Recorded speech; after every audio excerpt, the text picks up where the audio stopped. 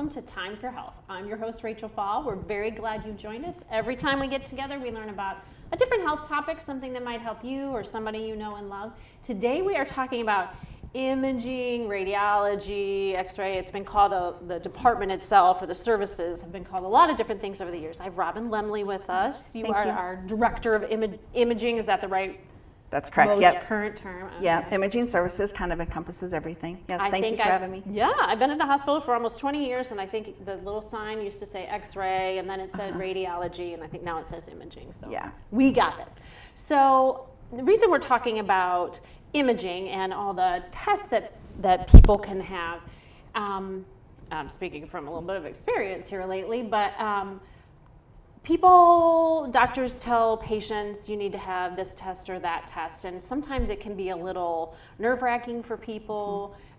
What's it for? How's it going to go? Do I need to fast? Is it enclosed? Just kind of all these things, and they're already not feeling good to begin with. So I just thought it was kind of interesting, having been through a few tests for my ankle lately, to kind of go through some of these things. So I'm just going to kind of go down the list, and you can kind of just pretend I'm a patient, or we're talking to a patient about what all these things are for. So sure. Let's start with a CT scan. I know you have a new CT scanner, so we're going to start there. Okay. So what is it for? What is a CT scan looking for? What does it involve? So CT can be done for numerous things. It can be used for diagnosing a stroke. It can be used for determining if you have processes that are going on and causing symptoms in your body. It can be looking at diseases. Sometimes it can even be used for diagnosing a tumor if it's cancerous or not. Okay. And broken bones. Correct. Yeah. Yeah. Like everything, it's probably, is it a widely used test? It is, yeah. It's probably next to diagnostic x-rays, it's probably the most common test that we use. Okay. So what's involved? I know we have a new machine, but what does a person have to do to prepare for it, and what can they expect when they go in for the test? Yeah, so like most imaging exams, they can be pretty intimidating if you're unfamiliar with the exam itself. But for CTs, they're pretty non-invasive for the most part. So to prep, what I always tell everybody is to make sure that you wear comfortable clothing, something that you can get out of easily if you need to. For most CT scans, we do not make you undress. If we're looking at your abdomen, say, then I would recommend not wearing a pair of jeans, say, because the zipper and the metal button are going to interfere. Okay. So just taking that into consideration. Fasting if you need to, and usually your doctor will tell you that whenever they give you the script for the exam. Also, we'll let you know whenever you're scheduling too. So general rule of thumb is if it's an abdominal study, you are going to fast. For CT, for most of the others, you do not have to. Okay. When you come in for the day of the exam, depending on whether your doctor has ordered it with contrast or not, you might have an IV line started, you might not. That's really going to be the most painful part of the test. If you are having that IV, we will do that and maybe some blood work right before your exam. We'll lay you on the table, stick you in the scanner, start taking images. The majority of CT scans take anywhere from 8 minutes to 20 minutes, depending on what you're having done. So contrast, what is that? So if I'm going to try to guess. So you just tell me, what is contrast? So contrast is a fluid-like substance that we use to inject so that we can see better parts of your body a little bit better. It kind of lights up on the CT scan. So if it's needed, not everybody needs the IV, the contrast. Some people do. Okay. Yeah, it depends on the exam that we're doing and the reason that we're doing it, whether you need contrast or not. And all of that is a discussion beforehand. I know when centralized scheduling would call me, they would say, make sure you fast or don't fast, don't wear anything with metal in it, or just depending on what the test is, they would kind of go through all that with you. That's correct. And I'm sure if somebody was like, oh my goodness, I didn't write it down, what did they say? I'm sure they can call the department. Absolutely, they can always call us, and we have staff available 24/7 that can go through the test with you, explain what's going on, what you need to do to prepare, how long you're going to be there, all of that. Okay. And a CT scan is kind of enclosed? Kind of. So it's not enclosed like an entire tunnel, like maybe what you're used to. I'm going to guess, I should have looked at this, probably about 36 inches deep. So the area that we are scanning will be inside of that donut, we call it, but the rest of your body will be outside of that space. So it is, it's like a giant donut. It is, yeah. Yeah. And it's not a super small space in the center either. Right. They used to be really, really tight. Now they're getting a little bit better. So there is some space in there where, unless you are super broad shoulders, you're not going to be touching the machine. You're gonna have some space around you. So okay, yeah. I'm sure that's comforting for people as well. Yes. Mammography, 3D mammography. Talk a little bit about that. Yeah, so you know, a lot of people probably are familiar with mammography because of all the breast cancer awareness. Mammography is a screening tool that we use to screen and diagnose breast cancer. Okay. We also use it to differentiate between whether your tumor is malignant or benign, determine an abscess, that sort of thing. There's different levels of mammography, whether it's a screening or a diagnostic tool. Basically, everybody starts out with a screening. That's what you have done yearly. It's a pretty simple, easy exam. It's probably more in your mind than anything else whenever you come for that exam. But basically, we're going to have you undressed from the waist up. You do not have to fast for a mammogram. You will not have any IV started, nothing like that. We're just going to have you change from the breast up, or from the waist up, I'm sorry. You're going to be standing for the majority of the exam. If you are unable to stand, we can have you seated in a chair or in a wheelchair and still accommodate. You do not, what we recommend is that you do not wear any deodorant or perfume the day of the exam, just because that could interfere with the images.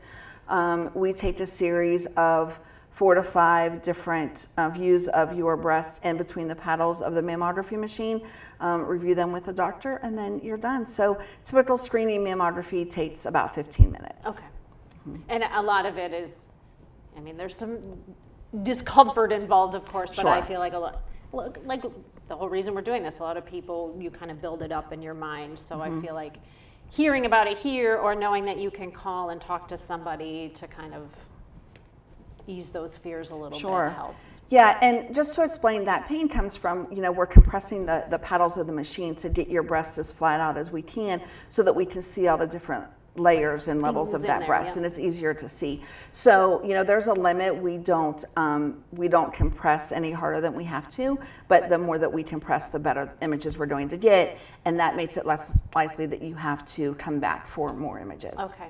You know, I for all of these, in terms of results, the results, we all have access to a patient portal, and sometimes results from different things we can get in our portal, but sometimes tests like this, the results go to the physician who ordered it, and then it would be the physician's office who would call with the results, not necessarily the imaging department, right? So imaging does end up in the patient portal, and you can see those results there. Now, if it is something like a biopsy or something invasive, your ordering physician is going to get the results of everything. But for those, they will be calling you and reviewing those results with you. But everything, all imaging results do end up in the portal the minute that exam is read.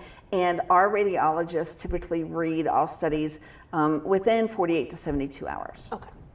That's good to know too, because the waiting, the worst tough. part. It is, yes. Yeah. For sure. So an x-ray, that was kind of, you know, I guess that's, maybe we should have started there, but talk about an x-ray preparation, what to expect. Yeah, so x-rays are, I hate to use the word basic because they're not, doesn't mean that they're foundational. Exactly, yes, they're foundational, and it's usually the first line that we do for anybody. They are non-invasive. You basically are just put in front of a machine that takes x-rays, just like when you go to the dentist. You know, we're gonna shoot an image with some radiation there. So no prep for x-rays. You just need to, again, clothing, make sure that you're wearing something comfortable, something without metal pieces. Right. You know, some shirts that you wear have some metal designs on them. We don't want to see any of that. So we may ask you to undress for those. The majority of x-rays take less than 15 minutes. A couple of shots, you're in and out. If you're, let's say you're having an ankle x-ray, then we may want to do some weight bearing and have you stand on a step, and we're taking images with the pressure on your ankle. Different side views and things, but yeah, they're the easiest exam to have done in our department. Okay, good deal. DEXA scan. DEXA. DEXA is probably the second easiest, maybe easier than some x-rays. I've had one, and you're right. I just get to lay down and... Yeah, you lay down. So what a DEXA is doing is looking at the density of your bones, or the thickness of your bones, and screening for osteoporosis. So you basically just lay down on a table. There's no undressing required.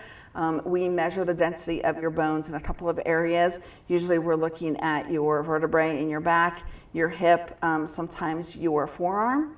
Okay. Like if you've had hip surgery and there's metal in your hip, then we can't use that, but we will use your forearm. Okay. Couple of minutes, you're in and out, and it's painless, completely painless. Never an IV needed for that. Very, very, very tiny amount of radiation. So. Okay, and quick. Yes, very quick. I recall Yes. that being quick. I kind of wanted it to last longer because I just got to kind of relax there. So. It is a nice comfy table there, yeah. Okay, what about an MRI? MRI. So MRI is one of our advanced modalities that we use, and that again can be used to determine something like a stroke, muscle tears. We've used it to do biopsies, breast biopsies. Neurologists use it a lot if you're having headaches. It's used to determine, again, processes, disease, abnormal symptoms that can't, usually it's, I don't want to say the last line, but usually when you've had other modalities performed that can't really pinpoint anything, then they'll go to an MRI. So a while back, knee pain, had some x-rays, didn't show a fracture, MRI, different angle, it kind of looks at different tissue. It kind of picked up as a fracture that wasn't picked up on an x-ray because of where it was or that kind of stuff. Another thing that MRI is used for, in particular with sports injuries, we get a lot of high school athletes, professional athletes even, that have injuries, knee pain again. You have a fall, you have knee pain, we can determine if there's an ACL, MCL tear in there. There's a lot of stuff in there. There is a to lot. look around it. Yeah. So MRIs are very good at diagnosing MSK or musculoskeletal processes, tears, that sort of thing. So. And preparation? Yeah, so usually there's no prep for an MRI. Again, dressing comfortably because we may have to have you take it off if you have metal in that area. If you're just wearing regular clothes, though, we can see right through that. The radiation involved with MRI, it's all a magnetic field that's used. So certain implants that you have, certain devices you might not be able to have an MRI, certain pacemakers, certain joint replacements. So that'll be part of your screening process so that we can make sure. That's a discussion ahead of time. Correct, yeah. And because we don't want to put you in the scanner if it's going to be, harmful to you in any way. Sure. And then you are there sometimes, again, MRI is a contrast, no contrast. Some exams have no contrast, some we do with and without, so you would need an IV for that. MRIs do take a little bit longer. They can take anywhere from 45 minutes to an hour and a half, depending on what exam you're having done. Yeah. And it's enclosed? It is enclosed. That's more of what everybody thinks of like a tunnel. Again, the donut hole in the middle has gotten much bigger than back in days past. The technology has advanced so that we can have more space in there for you. But it is enclosed, and you do have the ability to speak to the technologist. So if you're having pain, if you need to move or scratch, if you need to get up and just stop, we can do that for you. That was nice. Headphones, I think, was Yes. what I had. Yeah. So the MRI is the one study that definitely is a little bit noisy. You can kind of hear the pinging or the banging. Not super, super loud, but it can get distracting. So usually we'll give you headphones just to kind of relax you. You can pick what kind of music you want to listen to. And we've even had some patients fall asleep. So, there you go. I mean, if you lay me down and play a little music, I might take That's a nap. right. Yeah. PET scan. So PET scan is used to determine a lot of things more physiological within your body, and oftentimes for cancer diagnosis, cancer staging, but also other things like diabetes and other immunological processes within your body. So there is a prep for PET scans. You want to be fasting for usually 6 hours. We're going to have you come in ahead of time, an hour to an hour and a half ahead of time.